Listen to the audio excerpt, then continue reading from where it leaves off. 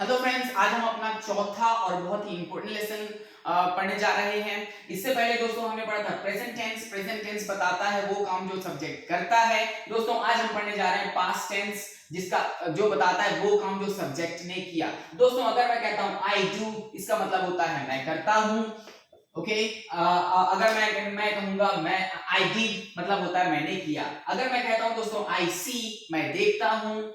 I saw, मैंने देखा। दोस्तों सबसे अच्छी बात यह है कि ये पास्ट टेंस सिर्फ एक जगह यूज होता है अंग्रेजी में, जब हमें कहना होता है कि सब्जेक्ट ने कोई काम किया। दोस्तों अगर हमें कहना है कि सब्जेक्ट ने कोई काम नहीं किया तो उसके लिए भी ये फॉर्म यूज नहीं होता। दोस्तों उसके लिए भी यही फॉर्म यूज होता है। अगर हमें कहना है कि मैंने कोई काम किया तो मैं कहूंगा आई डिड। अगर मुझे कहना है मैंने नहीं किया तो ये बन जाएगा दोस्तों I did not do. I did not do को बहुत तेजी से जब आप कहेंगे तो आप कह सकते हैं आई डिडंट डू, या आप कह सकते हैं दोस्तों आई डिडंट डू। ये बहुत अंग्रेजी मूवी में आपको यही सुनाई देगा, आई डिडंट डू दैट, मैंने नहीं किया। आई डिडंट सी एनीथिंग, मैंने कुछ नहीं देखा। आई डिडंट से एनीथिंग, मैंने कुछ नहीं कहा। Okay, I didn't buy anything, मैंने कुछ नहीं खरीदा। दोस्तों प्रेजेंट टेंस बताता है वो काम जो सब्जेक्ट करता है, पास्ट टेंस बताता है वो काम जो सब्जेक्ट ने किया। दोस्तों हम लोग हर रोज बहुत सारा काम करते हैं। We do lots of things every day। दोस्तों हम लोग अलग-अलग समय पे अलग-अलग काम करते हैं। वैसे ही दोस्तों हमने अलग-अलग समय पे अलग-अलग काम किया। बहुत सारा काम हमने किया लास्ट डे, यानी कि कल।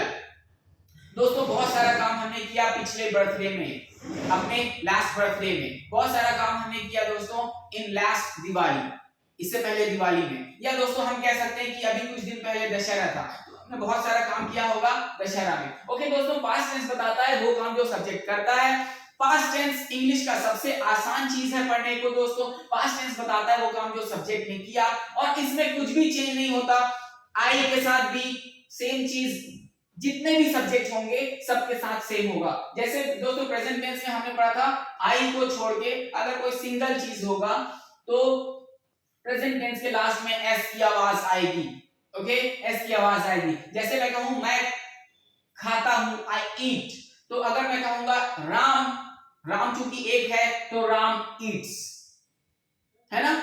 दोस्तों हर हर कोई खाता है, एवरीबॉडी। अब एवरीबॉडी में भी हम हर एक के बारे में बात कर रहे हैं तो ये हो जाएगा everybody eats. Everybody eats food, हर कोई खाना खाता है। और अगर इसके सामने हम एवरीबॉडी भी लाएंगे तो भी सेम रहेगा। पास्ट टेंस में हमें कोई दिक्कत नहीं है, जैसा कि मैंने सबसे पहले लेसन में बताया था about irregularity in English language, उसको छोड़ के इंग्लिश में कहीं भी कुछ चेंज नहीं होता है। ओके, अगर आपने उसे समझ लिया तो मैं समझता हूं इंग्लिश में आपको कहीं कोई प्रॉब्लम नहीं आएगा। आपको सिर्फ चीजों का मतलब समझना है और यू हैव टू प्रैक्टिस, और आपको प्रैक्टिस करनी है। ओके दोस्तों, अगर हमने बहुत सारा काम किया लास्ट डे और बहुत सारा काम हमने नहीं किया। हमने बहुत सारा काम किया और बहुत सारा काम हमने नहीं किया। ओके, बहुत सारा काम हमने किया, जैसे कल मैंने बहुत सारा काम किया। ओके, मैं आपको अपने बारे में बताता हूं, अगर आप मेरे साथ दोहरा पाए तो आप कोशिश करिए। Last day I got up at 9 o'clock, मैं थोड़ा लेट उठता हूं दोस्तों। Okay, I get up late, so last day I got up at 9 o'clock। उसके बाद क्या हुआ दोस्तों, आई वेंट टू बाथरूम, मैं बाथरूम गया, I got fresh, then I bathed और टुक बाथ, या नहाया। ओके, बेथ्ड भी कह सकते हैं या टुक बाथ भी कह सकते हैं। ओके, आई टुक बाथ। उसके बाद दोस्तों आई गॉट रेडी, उसके बाद मैं रेडी हुआ, I got ready. Then I took coffee, उसके बाद मैं कॉफी पिया। Then दोस्तों I took breakfast किया। Then I came to my office, अपने ऑफिस आया। Then I did some work, कुछ काम किया। Okay, कुछ काम किया। और दोस्तों उसके बाद I went to court, मैं कोर्ट गया। In the court I did some work, मैंने कुछ काम किया। उसके बाद I earned some money, कुछ पैसे कमाए। Then I went to the market, फिर मार्केट गया। Okay, then I went to the market, market में I bought some vegetables, कुछ सब्जियां खरीदी। And I bought some groceries, कुछ राशन के सामान खरीदे, घर के सामान खरीदे। Then I came back home, फिर घर आया। I played with kids। दोस्तों बहुत सारा काम मैंने कल किया। Okay, I did so many things last day। दोस्तों एक और अच्छी बात बता दूं, आप चूंकि आप बिगिनर्स हैं, आप सीख रहे हैं, अगर आपको दो चीज याद रखिएगा।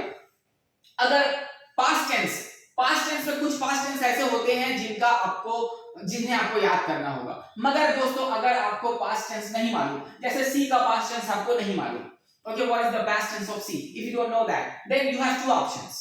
You have two options. क्योंकि हम सीख रहे हैं अभी, we are in the beginning stage, we are the beginners, हम सीख रहे हैं, इसलिए दोस्तों आपके पास two option है। अगर आपको नहीं मालूम पास्ट टेंस क्या है तो आप ईडी लगा सकते हैं उसके लास्ट में, क्योंकि अधिकतर पास्ट टेंस के लास्ट में ईडी होता है। जैसे आई प्ले, मैं खेलता हूं, आई प्लेड, मैं खेला, आई वांट, मैं चाहता हूं, आई वांटेड, मैंने चाहा। ओके, आई अधिकतर पास्ट टेंस के लास्ट में ईडी होता है। अगर आपको नहीं मालूम तो आप चाहे तो ईडी लगा सकते हैं, या एक और रास्ता है आपके पास, जैसे गो का पास्ट टेंस वेंट होता है। अगर आपको नहीं मालूम आई वेंट, मैं गया, आपको नहीं मालूम, अभी आप सीख रहे हैं, तो आप कह सकते हैं आई गोड, या आप कह सकते हैं I did go. Okay, I did go. तो इससे क्या होगा दोस्तों, सामने वाला आपकी बात को समझ जाएगा। हालांकि इसमें थोड़ा ग्रामेटिकल फर्क है, लेकिन फिर भी आप अपने एक्सप्रेशन से, आप अपने वॉइस से वो बातें अगले तक समझा सकते हैं। ओके, हमारी कोशिश होगी कि हम रोज प्रैक्टिस कर करके इन वर्ड्स को अब आपकी जबान में चिपक जाना चाहिए ये शब्द। ओके, जैसे आई वेंट, आई वेंट, आपको सोचना ही नहीं पड़ना चाहिए कि गो का पास्ट टेंस क्या है, आपके मुंह से अपने आप निकलना चाहिए I went to the market. Okay, to buy means होता है खरीदना, आई बॉट, मैंने खरीदा। आपको सोचना ही नहीं पड़ना चाहिए कि बाय का पास्ट टेंस होता है बॉट, आपके मुंह से निकलना चाहिए I bought something. Okay, I bought a new mobile phone, मैंने एक नया मोबाइल फोन खरीदा, है ना। हमें सोचने की जरूरत नहीं होनी चाहिए, मगर चूंकि हम अभी बिगिनर्स हैं तो अगर आप चाहें, आपको नहीं मालूम तो आप ईडी लगा सकते हैं उसके लास्ट में। जैसे दोस्तों हिंदी में होता है मैं कहता हूं का पास्ट टेंस होता है मैंने कहा। मैं जाता हूं, पास्ट टेंस क्या होना चाहिए, मैं जाया, लेकिन हम क्या बोलते हैं, मैं गया। तो ऐसा इंग्लिश में भी होता है दोस्तों कि कुछ चेंजेस होते हैं, लेकिन अगर आपको नहीं मालूम, अगर आप नया नया हिंदी सीख रहे हो, मैं जाता हूं के बदले अगर आपने कह दिया मैं जाया, तो मुझे कोई दिक्कत नहीं है। I am Indian, I speak good Hindi, I don't have any problem if you say that. अगर आप ऐसा कहते हो, आई डोंट माइंड। तो अभी in the beginning stage you, अगर आपको पता है तो आप यूज करेंगे पास्ट टेंस, नहीं पता तो आप चाहे तो ईडी लगा दें, या आप कहेंगे आई डिड वर्क, मैंने काम किया, आई डिड ईट, मैंने खाया। हालांकि इसका मतलब थोड़ा सा चेंज होता है, वो मैं बाद में बताऊंगा।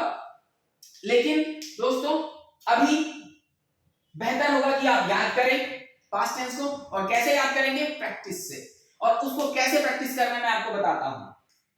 ओके, जैसा हमने कहा था दोस्तों, प्रेजेंट टेंस को याद करने के लिए हमने कहा था कि वो काम जो आप रोज करते हैं उसकी प्रैक्टिस करिए, जो काम आप रोज करते हैं उसकी प्रैक्टिस रोज करिए।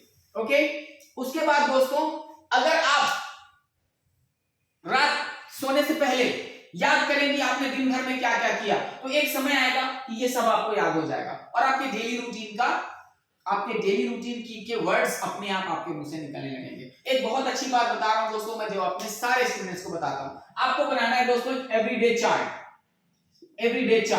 ओके, उस एवरीडे चार्ट में आपको लगातार लिखने जाना है कि आप कौन कौन सा काम रोज करते हो। जैसे आप you brush every day, you take bath every day, you eat every day, तो वो सारे सेंटेंसेस आपको उसमें लिखना है।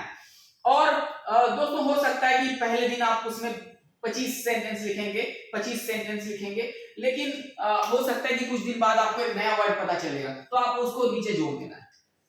ओके, जैसे बार्गेन का मतलब होता है आई बार्गेन मींस मैं मोल भाव करता हूं, आई नेगोशिएट, मोल भाव करता हूं। ओके, आई बार्गेन, मैं मोल भाव करता हूं।